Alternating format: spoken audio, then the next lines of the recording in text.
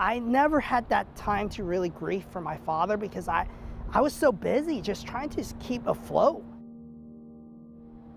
I still remember till this day, it was one of our busiest nights.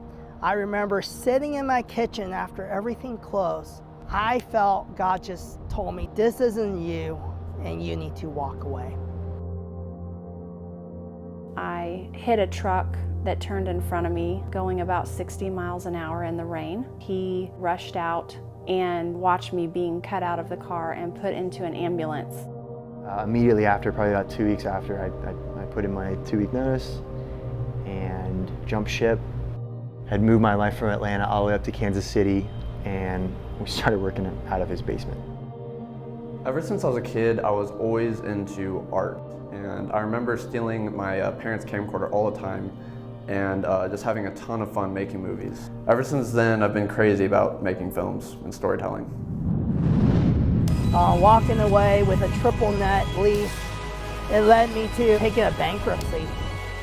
And this was kind of the boiling point. I was kind of frustrated and fed up with everything that we were doing. It's hard being an entrepreneur's wife. It's hard watching him work so hard, but there's so many rewards and it's definitely worth it, and I'm super glad that we're in the place that we're at.